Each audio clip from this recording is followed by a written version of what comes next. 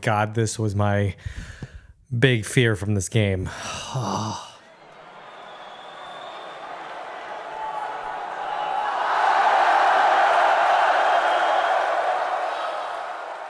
All right, welcome everyone to the American Booze Podcast. Let's talk about Chelsea, Nottingham Forest, 1-1. Oh, man.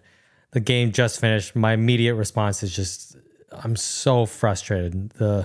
Frustrated at the refereeing, frustrated at the finishing, frustrated at we could not end the game to keep the ball to like save our lives. We needed like 2 last minute saves by Sanchez to even get a point from that game. You know, what felt like 2 points drop actually now feels like 1 point gain just from how the game ended. But oh, what a crazy game. Look, this was always going to be a really tough one. I was nervous last week. I was nervous yesterday going into the game. You know, I kept telling my wife, like, this is a game that we would have lost last season. Nottingham Forest just parked the bus. Like, we need to be able to show that we can actually break down defenses like that. And I think overall, we created enough chances, like clear chances to win this game. We just couldn't finish, which, you know, sometimes that's going to happen. Sometimes the ball just refuses to go into the goal, and I can live with that. It's not the end of the world to drop a couple points right now, although it's never a good feeling when, you know, Arsenal, City, both of them come back from their losses to win, and we just couldn't do so. But thankfully, Aston Villa somehow tied against United. God knows how. And we'll see what happens with Tottenham, but I still think we're in a very good position, even with the international break coming up, although it would have been so much nicer to go in with 3 points because we have a very tough October ahead. Very, very tough. Man, let's start with the positives. I want to say number 1, Madueke.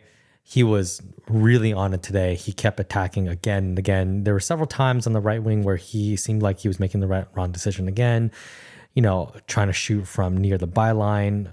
But to be fair, he didn't have too many people to cross to, and good on him for that second goal. You know, Palmer gets another assist, but it was basically all Madueke. Cuts inside, good shot to the bottom right corner. Keeper had no chance. Great goal, and came at a perfect time. And then I couldn't believe the number of chances we missed again and again, especially near the end of the second half into extra time. I mean, João Felix had a great look at goal, basically open header from the middle of the box, incredible cross by Neto, hit it wide. But then the most egregious one, which is a really good fast break by Mudryk. He looked up, he saw Nkuku's run, and Nkuku was wide open in the middle of goal, got his head on it, and somehow just managed to hit Sells right in the middle of the goal. Like anywhere else in the goal, we would have gotten that goal. And for someone like Nkuku, you know, who is probably the most clinical finisher on our team, for him to miss that, you just know like this was not our day. But a couple more things. I feel like the refereeing was absolutely ridiculous this game, especially when Williams tripped Cucurella into Maresca, and then Cucurella gets a yellow card for what? He didn't fight back. He didn't say anything. He just stood on the touchline and just pointed at the ref. I'm like, what the hell was that? And then, of course, that incited a big fight. Now, Colwill has a card, although I don't think he's suspended, but I think both Fofana and Cucurella suspended for the next game, which is fine. You know, we still have Vega. We still have Tosin. Like, we have good backups in those 2 positions, so I'm not too worried about that.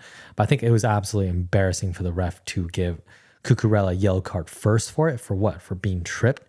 Like, insane. Absolutely insane decision. And then, you know, of course, Ward-Prowse deserved second yellow for a red.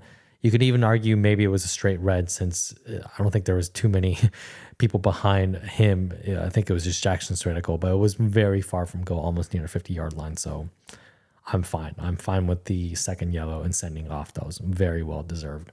And like I said at the beginning of the video, Sanchez absolutely saved us at the end of this game. One incredible 1v1 save, and then another one just pure reflex header save at the end, like dying moments of the game. So he absolutely saved us at least that 1 point from this game. So kudos to him. He did have one crazy pass out to Fofana where it was towards the end of the game. I was like, oh my God, Sanchez, I swear, if you gave up a goal because of this. But thankfully, nothing happened from it. So praises to him. I thought he had a pretty strong game the rest of the time. He made saves when we needed to. He made 2 incredible saves when we could have easily lost both of those goals. So good on him. And I felt like another positive, even though Palmer had a quiet game in terms of scoring, man, he was like obviously the absolute heart of this team. He was playing more of a deeper playmaker role today, but some of his passes, like his through passes to Madueke, were ridiculous. And yeah, and on another day, even his shot would have gone in. It was just so lucky by the goalie. It managed to squeeze through, hit the post, and then the goalie had no idea where it was. It just so happened that his back arm stopped the ball from rolling across the line. I mean, what can you do? You're going to have games like this where just luck is not on your side, right? So you can't get too mad about that. I thought Palmer still did an incredible job. He's the absolute heart of this team. You can tell every single time he gets the ball, he's trying to create something.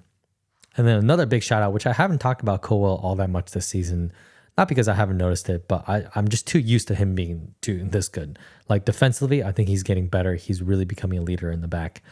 I think Fofana looks better when he's with Colwell. And then not only that, but every time Colwell gets the ball, his line-breaking passes, his passes to stop any kind of press, they are ridiculous. The amount of times he can get the ball through the first line of press to either midfield or Palmer or Jackson is just, it's crazy. Like his passing range is unbelievable. And I'm just so glad that we finally recognize that his proper position is in central defense, not left back. And so we are really seeing the Colwell that was so good at Brighton. This is why Brighton wanted to keep him. This is why Liverpool wanted to sign him. Like, I think he has one of the best passing ranges amongst defenders in all the league. I don't have really the statistics to back that up because I haven't looked it up, but I'm sure they're there. I think his like progressive passes for a defender are absolutely nuts, and it's just a fantastic weapon for us to have. Hopefully he went off at the end for Tosin purely because he was on a yellow. Hopefully he's not injured. I didn't hear the commentator say anything about that, so we'll see. Now, on to the negatives.